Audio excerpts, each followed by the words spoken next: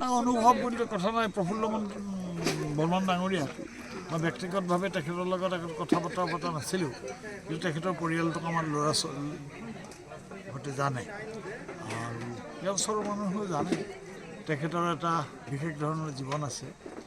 এতিয়া মই ভাবোঁ যে তেখেত নীতিগতভাৱে যদিও কৃষি কৰ্মৰ লগত জড়িত, তথাপিতো সমাজৰ প্ৰতি ইমান দায়িত্বশীলতাৰে তেখেতৰ মতে দেশক ভাল পাবলৈ নিজৰ নিজৰ পন্থা থাকে।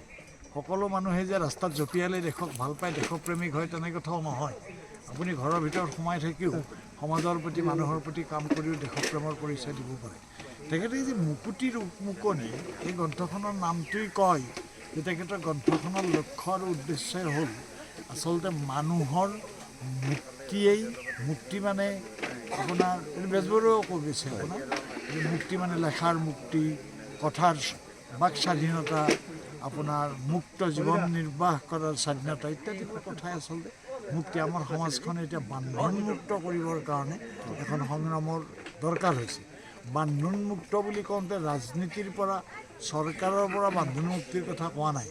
আমি নিজেই আমাৰ অজ্ঞতাৰ কাৰণে আমি পৰিয়ালবিলাকত নিজে বান্ধ খোৱা, কাৰোবাৰ আপোনাৰ পৰিয়ালৰ গৃহিণীৰ দ্বাৰা আপোনাৰ গিৰিহঁত বান্ধ খোৱা, কাৰোবাৰ গিৰিহঁতৰ কাৰণে আপোনাৰ মহিলাবিলাক আপোনাৰ তেওঁলোকে বন্দী বিহংগমৰ দৰে কান্দে।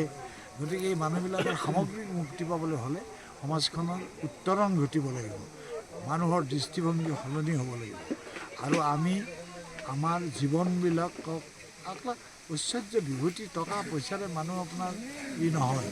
এতিয়া আপোনালোকৰ এই বেলচৰতে কিমান মানুহ মৰি গ'ল, তৰুণ চেন্টেকা ঢুকাল, ওচৰতে ভূমিকম্পত ঢুকাল, কিমান মানুহ ঢুকাল, চহকী মানুহো ঢুকাল, বহুতৰ সা সম্পত্তি নাইকিয়া হ'ল, মানুহবোৰ হেৰাল। কিন্তু যিবোৰ মানুহে সমাজক কিবা দি গৈছে, সমাজৰ হকে কিবা কৰি গৈছে আৰু সমাজখনৰ উত্তৰণৰ হকে যিসকলে ন্যূনতম ত্যাগ কৰিছে সেইসকল মানুহক মনত ৰাখিব। প্ৰফুল্ল বৰ্মনেও মুকুতিৰ মুকনি নামৰ গ্ৰন্থখনেৰে তেখেতে সুনিৰ্দিষ্ট কিছুমান বিষয়, যিবিলাক বিষয় মানুহ আৰু সমাজৰ লগত অংগাংগী, সেইবিলাক সাঙুৰি এখেতে মুক্ত মনেৰে যুক্তিপূৰ্ণভাৱে কথাবোৰ বিশ্লেষণ কৰিছে। এই গ্ৰন্থখন এখন সুপাঠ্য গ্ৰন্থ হিচাপে মই ভাবোঁ পঢ়ুৱৈৰ মাজত ই জনপ্ৰিয়তা বা সন্মানজনক স্থিতি লাভ কৰাৰ মই আশা ব্যক্ত কৰিলোঁ।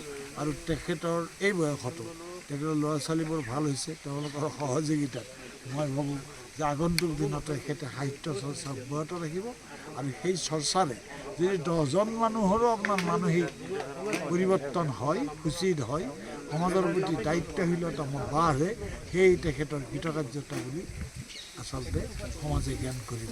কয়াগাঁৱত প্ৰফুল্ল বৰ্মন ডাঙৰীয়াৰ ঘৰত তেখেতে নিজে প্ৰণয়ন কৰা এখনি গ্ৰন্থ আৰু এই গ্ৰন্থৰ বেটুপাত চাব লগা মুকুতিৰ উকমুকনি গ্ৰন্থ উন্মোচিত হৈছে। নামটোৱে কয় যে তেখেতে সঁচা অৰ্থত মানুহৰ মুক্তিৰ বাবে চিন্তা চৰ্চা কৰে। এই বয়সতো তেখেতৰ দৰদ আছে, পীড়া আছে আৰু সেইকাৰণে তেখেতে সুন্দৰকৈ লিখিব পাৰিছে।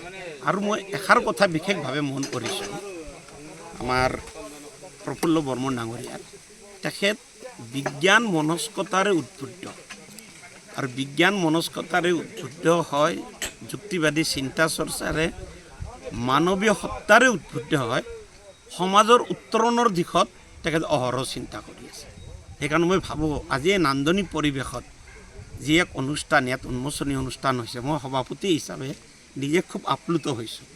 যেনে এনে এক সভাত আমি সুধীবৃন্দক পাইছোঁ, সাংবাদিকসকলক পাইছোঁ আৰু ইমান আগ্ৰহেৰে সকলে এই অনুষ্ঠানটিক এক নতুন মাত্ৰা প্ৰদান কৰাৰ ক্ষেত্ৰত আগবাঢ়ি আহিছে।